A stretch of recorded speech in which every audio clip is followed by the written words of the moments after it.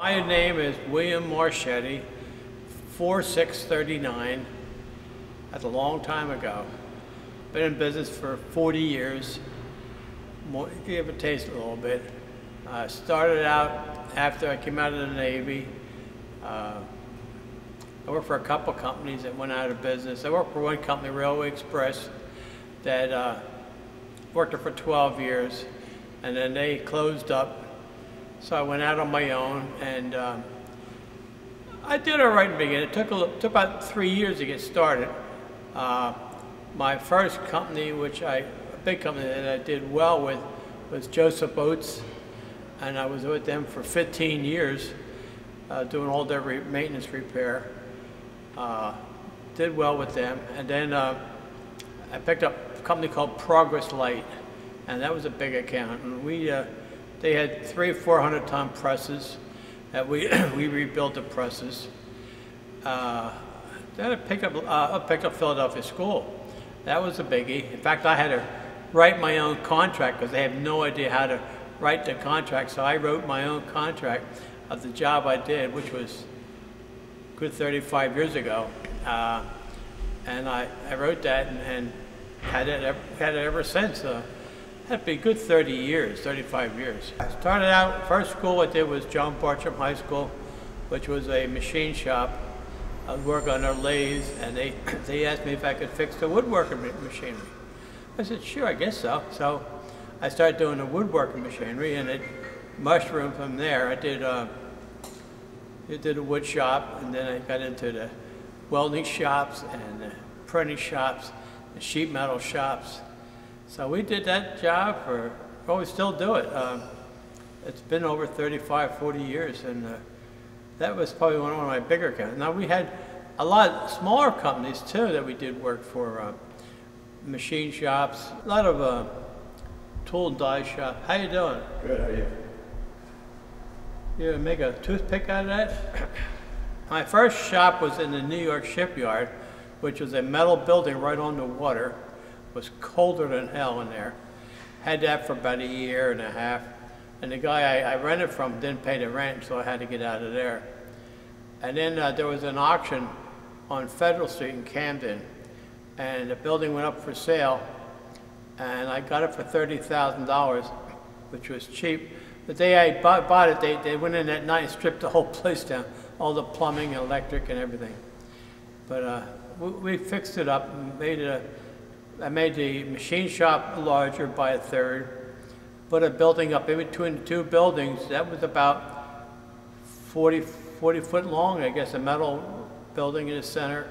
And put the plumbing in there, had to do electrical work. It was a lot of work, a lot of cleaning, oh my God. When we first got it, it took me 4 dumpsters to get all the trash out of the place. In fact, there was a big dump truck, big one, sitting in the yard for a long time. And I gave that away, and about a month after I got rid of it, a guy called me and said, "Where's my truck?" I said, "It's gone. We chunked it." There wasn't an engine in it, but he wanted the truck. I said, "Well, you should leave it there for all that time." It was a big dump truck. Oh my God, enormous. We'd use it on a landfill. Wouldn't drive it on the street. Got a lot of, the machine shop worked their way out. We got a lot of equipment over the years, upgraded, kept upgrading. We had 2 large lathes, 2 small lathes, 3 bridge ports. We had some grinders and all, but not too much. Had a lot of welding equipment. Had a big electric forklift. Had a couple of forklifts. Stock was the biggest thing I let go. Before Tommy started the business, I had one room was we used to take machines apart just for the parts, and we had about 30 bins of parts. That was the biggie. In the basement, I had a stock of steel that we'd use for making parts with. My office was upstairs, and I had about 25, 30 file cabinets with machine manufacturers, different books. And that was really a good deal there, because they're always in there looking how the machine was made, where to get the parts from. And that was quite useful at the time. It wasn't really one main line of work. We did wood shops, we did presses and shears, machine shops, and just about anything. In fact, when people would call up, like when I went to Joseph Oates, they said we had a radial drill. Well, can you fix it? I said, sure, why not? But I walked behind the guy as we walked towards the machine because I didn't know what a radial drill was. And then what I would do, I'd go see the operator and say, now what's wrong with the machine? And he said, well, this particular handle, when you pull this handle, it wouldn't work. And I didn't have to worry about the whole machine. I had to just worry about what that handle did. So that was a key for me. Now I had one client up in Mount Laurel, I guess it was all Russian-made mill machines, enormous machines. These were about 2-3 stories high. And none of them ran. Everything was broken. So I didn't like the guy that owned the place. It was and it was the lawyer that was running the show. So I said to the lawyer, I'll work if you pay me every week. Not this guy, but the lawyer had to pay me every week. I go and I fixed all the machines. But everything was in Russian. At that time, the wiring diagrams, I couldn't figure out how they work, you know. But I got them working. It took me a while. But he was an ignorant man. He was very ignorant, him and his wife. And they were pigs. She was standing there scratching herself in front of you. But I got that shop running. It was called Salvage of America, the name of the company. It was terrible, terrible company. But they finally did go out of business. But they had a nice equipment. They made large mud pumps. They're bigger than a Volkswagen, these machines. And, I had so many different clients, I couldn't remember. This guy's stealing tools. He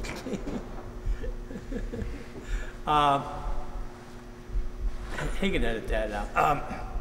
My biggest client was Joseph Oates. I'd go in there at 7 o'clock in the morning, and I worked till 9 o'clock at night, and they paid me $65 an hour. I lived in the place. I did that for almost 15 years. I copied every book they had, so I had to go see their books. You know, every machine I had a copy of it. In fact, one time they were saying they lost a book, and I said, do I have it? I said, no, I took my own books, you know. But they tried to blame me for taking a book. I said, nah. One time we used to work in there on the weekends when they had shut down, and they had a big theft. And they thought maybe some of my people might have taken this very expensive metal. We found out later on there's 2 buildings, and they used to let the whole wall down to get inside the place. They take the steel out, and then they put the wall back up again. But they thought we did it for a while there. I was there for a long time. Made a lot of money at the place, but that was a good account. I loved it. No heat, never had any heat in the building. They would heat the machines, but we wouldn't. Nobody else had heat. It was a crazy place, yeah. But the men didn't complain. They all worked in there. What changes have you seen? I mean, well, I lost all my big accounts. Progress Light went to Mexico. I used to have like 5 or 6 people in there, and we were replacing bushings in the presses that were 18 inches diameter, and that was a really big job. But all the big accounts moved out of the country. Small shops, you couldn't make too much money in small shops. Thank God for fellows at school at the time, because they still had work for us. Just most of it left, you know, the big accounts left. Why was that? Well, the economy. Everything went to China, Japan, Mexico. Most of it went, yeah. Even now, it's still going. Still going. Look at the new company. Just everything moves to China. Yeah, China's killing us. Surprised that we don't fight them, but we're not doing anything. They might, but I don't think so. Do you see a change in legislation or anything? No, it's getting worse, not better. Mm-hmm. It might get better, but I'm doubtful, you know. Tommy seems to be doing all right. One-man shops is the name of the game. I had employees that were terrible. Lost so much money with them, yeah. They'd be sitting around at 1 o'clock every day waiting to go home. You couldn't make money at that stuff. So I finally got it. I was working my way up to 50 grand in debt, and I said, that's enough of it. So I shut it all down. I asked Tom to come back. He didn't want to. Then when he did, he sold everything off. They sold the building, sold the machinery, saved them a truck and then maybe a couple of pieces of equipment, but not too much. Majority was left. Got rid of all the books. Books was a good deal, I thought. It's just the way it is, you know.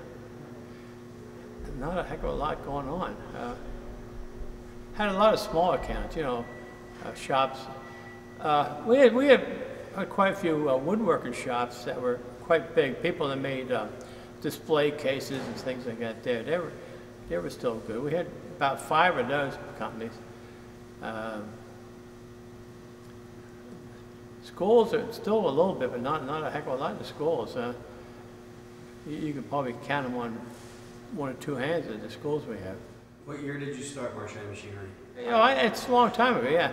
I'll say in the 70s, yeah. What was different in the 70s than today? Well, you had a lot of people working with their hands, you know. Wood shops, metal shops, sheet metal shops. They had a lot of sheet metal shops. I think you can hardly find a sheet metal shop anymore. Schools had all kind of shops. They had machine shops and sheet metal shops, plastic shops. They're all. We had a tool and die shop there in Camden County Vocational. That was gone. That's the main thing. A lot of wood shops, yeah. And they had nice equipment too, but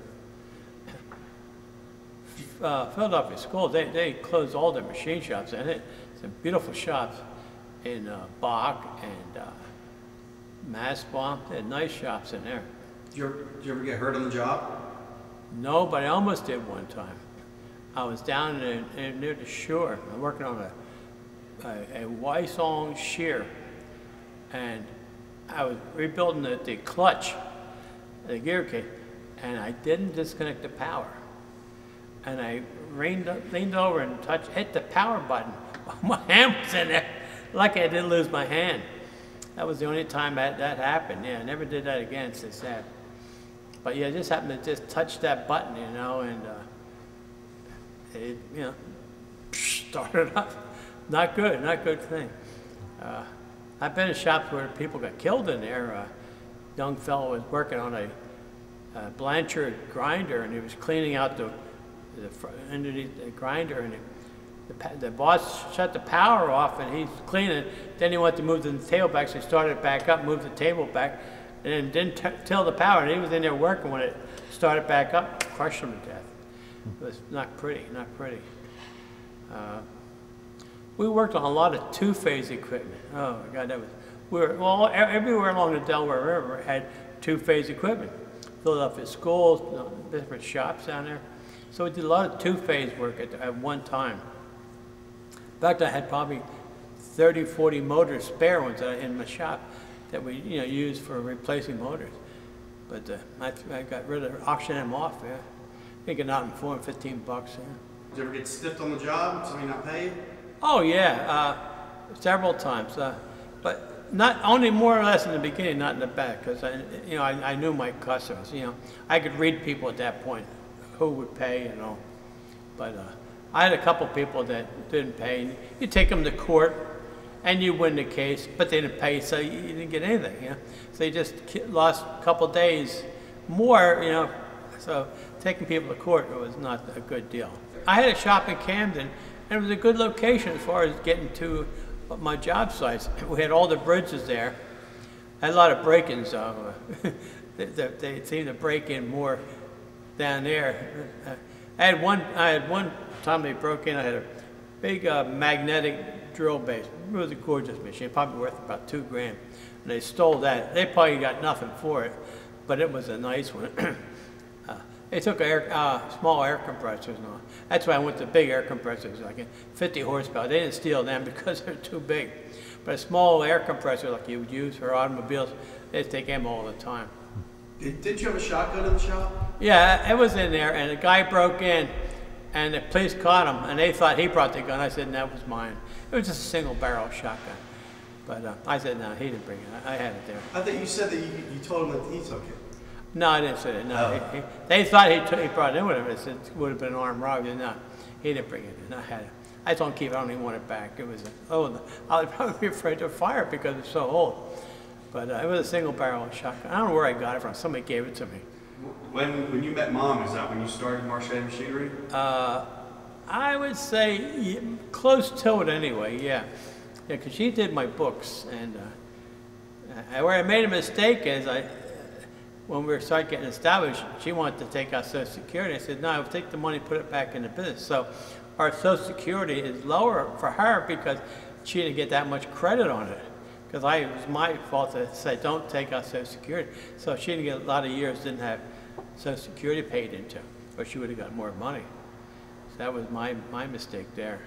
You paying for it now? Paying for it now, yeah, not getting the money for it, yeah. That was a big loss, yeah. Was I born yet? Well, yeah, you were born, yeah, right at the beginning, Tom. Yeah. Yeah, really close to the beginning. Actually,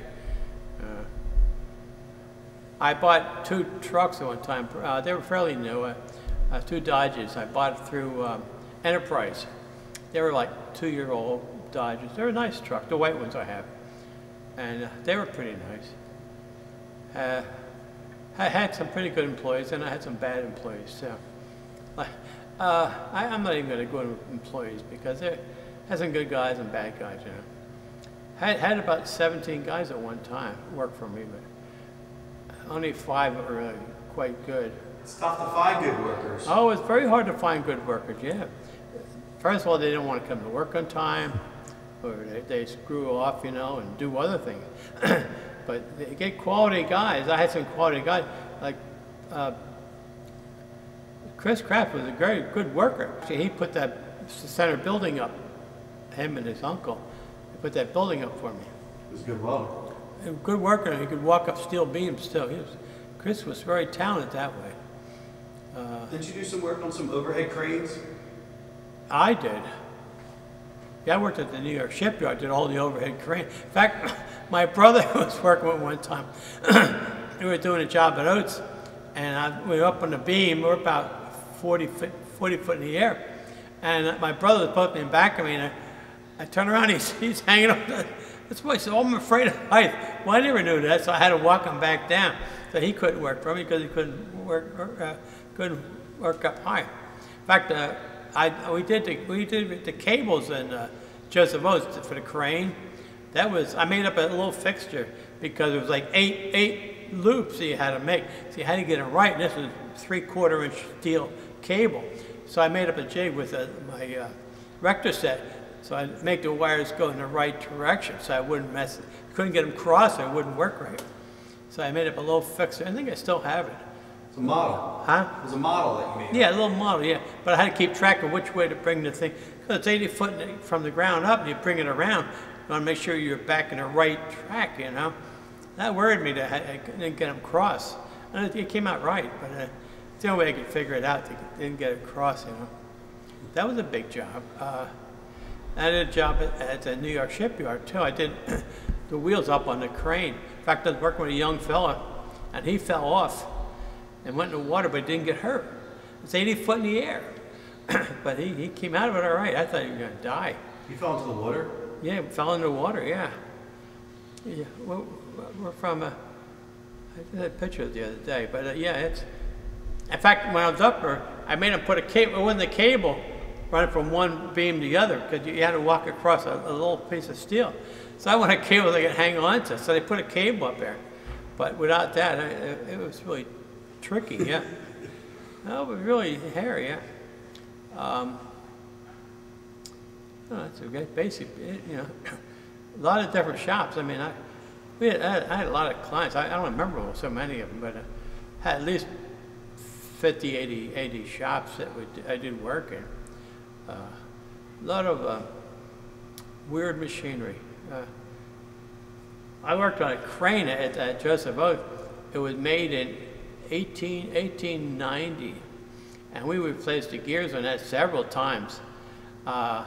I did almost all the gear work for the cranes. I found out where they located. I found a building they had where they always had a gear for every machine. It was owned by the government. so they always have spare gear. So I always go up there and find a gear, you know, to put a new one on. It was quite interesting work. Did a lot of things like that. Are you happy that you did this? Oh yeah, I always loved the job. I never had a problem getting up in the morning and going to work. I enjoyed my work, you know. I enjoyed people. Just the votes, I could do anything I wanted in there. It was a union shop. I could run the cranes because they gave the guys a party every year, and I paid for the booze and all. They loved me in there. Yeah, I really did. Yeah, I could do what I wanted in that place, and got along well with it. Yeah. How old are you now? 77. 77 years old. Yeah, that's older than dirt. Yeah. So that's. How you feeling? I feel good. I don't walk too well, but I feel very good. Yeah, yeah. Any crazy stories?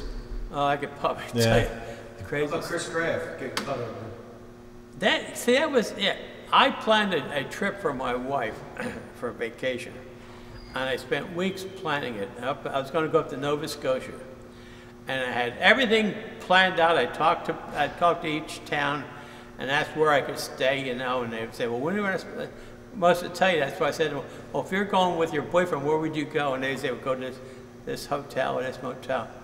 So I had it all figured out. It was going to be wonderful. So we went up to New York, or past New York, and the next morning I was calling back to see everything was right. When Chris got hurt, what he did, he got on a forklift, which he shouldn't have been on, and went to going to the men's room and didn't know how to stop the damn thing, and ran into a dumpster and cut his whole belly out. So we had to come back and, you know, stay with him. I paid him for a whole year. Never got a thank you out of it. I gave him a salary for a whole year. Never thanked me, never thanked me. That's the way the guys are, you know. Yeah, that was a bomber. We came back to work after that, right? Yeah, but not right away. He was out for a long time. I would say at least 3 months, if not 6 months. Long time. I still paid him, you know, whatever it was. Plus, he got unemployment too, so he did very well. What do you think about when you see your son doing the same kind of work that you did? Which son? You? Yeah. Oh, you're doing very well. Yeah, you're doing better by yourself. One-man shop is the answer. Yeah, in fact, you're doing much better than I did. Yeah. Well, you're a little younger. But this building here is a helper for you too.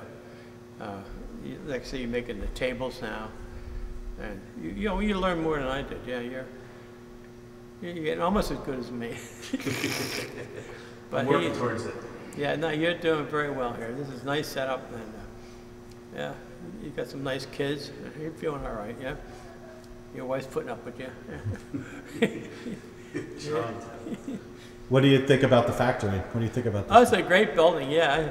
I thought I was always on board with this here. This was a great deal. In fact, it's probably worth a lot more money now. Well, first of all, you have electricity. You know, you made all these improvements.